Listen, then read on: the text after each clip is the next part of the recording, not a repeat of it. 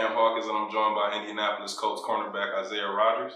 We're kicking off our first ever episode of the Chad Justin interview series, highlighting our brand ambassador program. We've been thrilled enough to have Isaiah join the team as an inaugural brand ambassador. But outside of our business affiliations, we want to take this time to learn a little bit more about your background story, journey to the NFL currently, and current endeavors. But overall, just pleased to have you, and thanks for having us. Appreciate that. No problem. So, tell me a little bit about your upbringing. Hometown, I heard you from Tampa. Family, support system. How was all those elements in your upbringing help mold your character and the person you are today? Well, I just think coming from Tampa, Florida, it's a sports town. You got from hockey teams to arena football teams to NFL teams. So all you do is grow up just watching sports. And me being the youngest in the family, I had to just look up to a lot of people like around me, from cousins to sisters. Me being like a kid, just running around watching people just be great at what they do. So just coming up, just learning the game of football, learning the game of track, and just finding my path in life. I felt like football was the way to go, and just basically just went off and took that, that route. Was there like a specific person? I know you said like family, the environment encouraging, but was it like a specific person that signed you up for the first Pee Wee League? Who introduced you to the game of football? It was most definitely my dad, and watching my cousin's footsteps. And basically, I was that kid that played every sport growing up, because they threw me in every sport and made me find my way to actually know which sport I wanted to play. So coming out, it was top 3 sports. It was football at first, and track and baseball. So other than that, I just had to choose out of those 3, and football was the way to go. So pretty much signing up for football as a 40-year-old was probably the main reason why I started playing. Yeah, that sounds like you're a very well-rounded athlete. I imagine. What position did you play growing up? I'm sure you was all over the field. You know how it is as a kid. You play DN at a time, and you play kicker at a time. So I played kick return my whole life from 4-year-old.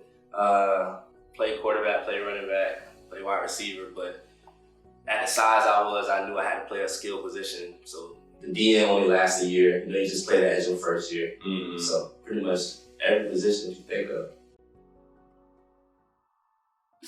Now, as we talked about your successes in the different phases of your development, it's important to touch on what were some of the defining moments of adversity that really kind of shaped your character?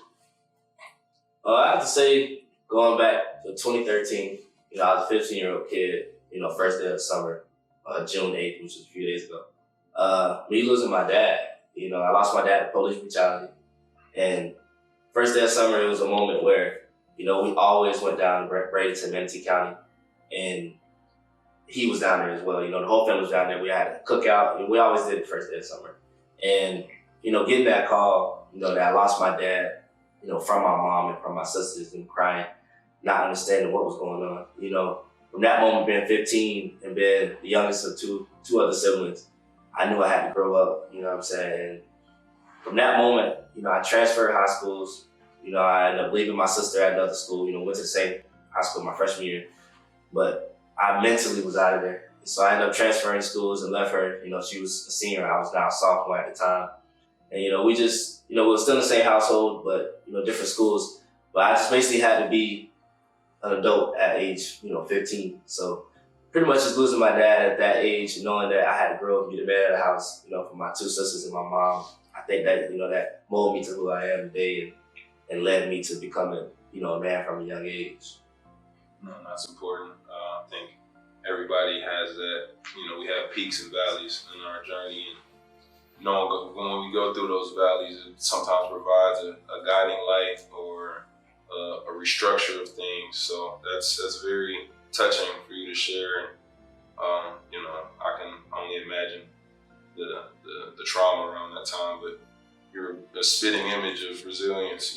Making it through high school, college, now the league, being an undersized corner in your position, feeling, doubted. It's It's remarkable, man, for real.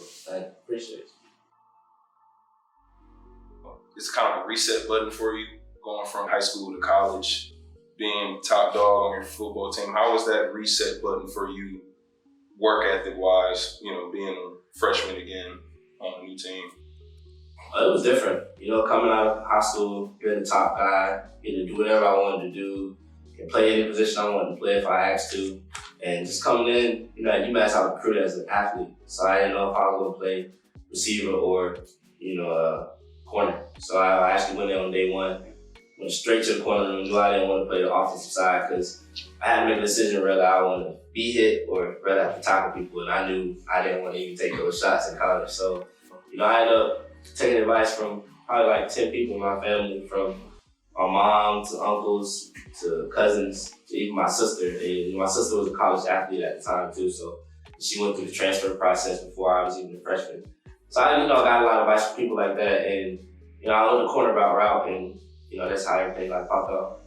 So you set your sights on cornerback. What was that big wake-up call moment for you? Whether it was a game, practice, fighting for the starting position.